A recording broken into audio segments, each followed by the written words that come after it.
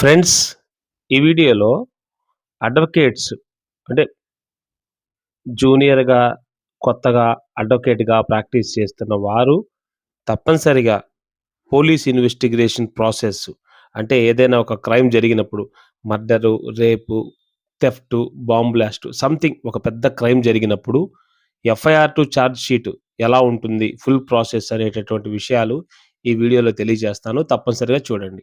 Crime జరిగితే పోలీసులు ఏం చెక్ చేస్తారు? అంటే ఎఫ్ఐఆర్ నుంచి చార్జ్ షీట్ వరకనమాట. ఫస్ట్ ముందుగా ఫ్లో చార్ట్ లాగా ఏదైనా ఒక క్రైమ్ జరిగినప్పుడు ఏమేముంటాయో చూస్తున్నాను. ఎఫ్ఐఆర్ నమోదవుతుంది. ఆ తర్వాత స్పాట్ పోలీసులు వెళ్లి ఆ జరిగిన ప్రదేశంలో ఇన్స్‌పెక్షన్ చేస్తారు. ప్రిలిమినరీ ఇన్వెస్టిగేషన్ చేస్తారు. ఎవిడెన్స్ కలెక్షన్ చేస్తారు. Witness statements.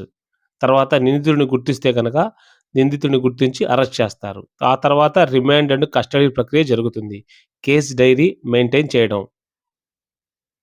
Forensics and technical reports.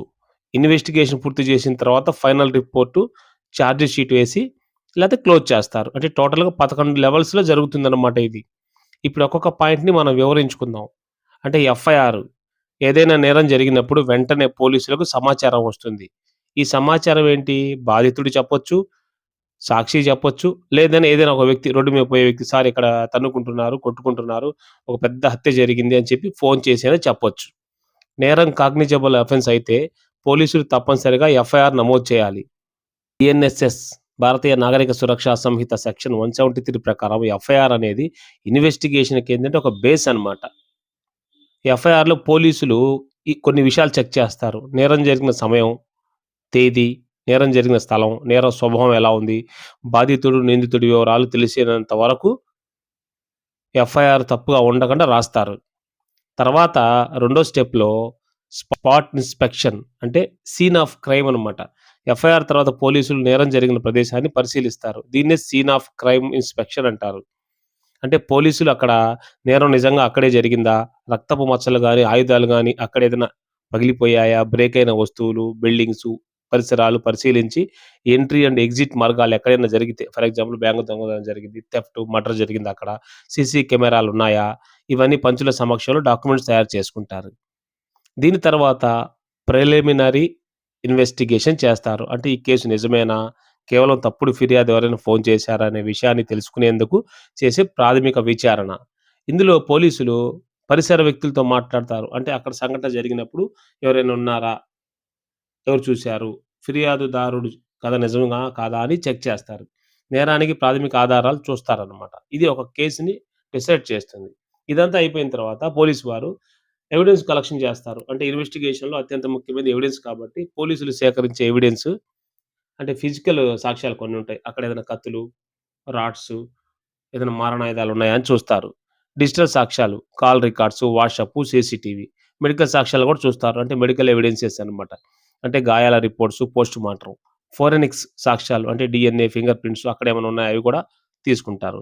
Evidence సరిగ్గా సీజ్ చేయకపోతే కోర్ట్‌లో కేస్‌కి బలం ఉండదు, విలువ ఉండదు. దీని తర్వాత విట్‌నెస్ స్టేట్‌మెంట్స్. పోలీసులు నేరానికి సంబంధించిన సాక్షుల యొక్క వాంగ్మూలాలు తీసుకుంటారు. అంటే భారతీయ నాగరిక సురక్షా సంహిత సెక్షన్ 180లో చెప్పబడిందనమాట. అంటే వీటిలో ఏంటి డైరెక్ట్ ఎవిడెన్సెసు, పరిసర ప్రాంతాలు, బాధితుడు. పోలీస్ స్టేట్‌మెంట్ కోర్టు సాక్ష్యం పనికిరాదు. కేసుకు బలాన్ని నిర్ణయించాలంటే అది పూర్తి సాక్ష్యంగా కాకుండా ఉంటుంది. Accused identification and arrest. సాక్షుల ఆధారంగా ఏం చేస్తారు? నిందితుడు ఎక్కడున్నాడని గుర్తిస్తారు. అరెస్ట్ చేసే ముందు గూడా పోలీసులు ప్రాథమిక ఆధారాలున్నాయా? పారిపోయే అవకాశం ఉందా? సాక్ష్యాలు నాశనం చేస్తాడా అతను? ఏదన్నా ప్రాబ్లమ్ క్రియేట్ చేస్తాడా అని అరెస్ట్ చేస్తారు. అయితే బిఎన్ఎస్ఎస్ సెక్షన్ 35 ప్రకారమే అరెస్ట్ చేస్తారు. అంటే ఏంటి? అక్కడ రెమెడీ అండ్ కస్టడీ. అరెస్ట్ చేసిన తర్వాత నిందితుడిని 24 గంటల్లో మేజిస్ట్రేట్ ముందు హాజరుపరుస్తారు. పోలీసు లేదా జ్యుడిషియల్ కస్టడీ కోరతారనమాట. ఇది కూడా చట్టబద్ధమైన ప్రక్రియ అనమాట. తర్వాత పోలీసు వారు రెగ్యులర్‌గా కేస్ డైరీ రాస్తుంటారు. పోలీసులు చేసే పనిని. అంటే ఇది కోర్టుకు నేరుగా ఇవ్వరు. కానీ జడ్జి అవసరమైతే పరిశీలిస్తారు. ఫోరెన్సిక్ టెక్నికల్ రిపోర్ట్స్‌లో సేకరించిన వస్తువులను, కాల్ డేటా, లొకేషను చెక్ చేస్తారు. ఇవి కేస్‌కేందంటే సైంటిఫికల్‌గా బేస్ అవుతాయి.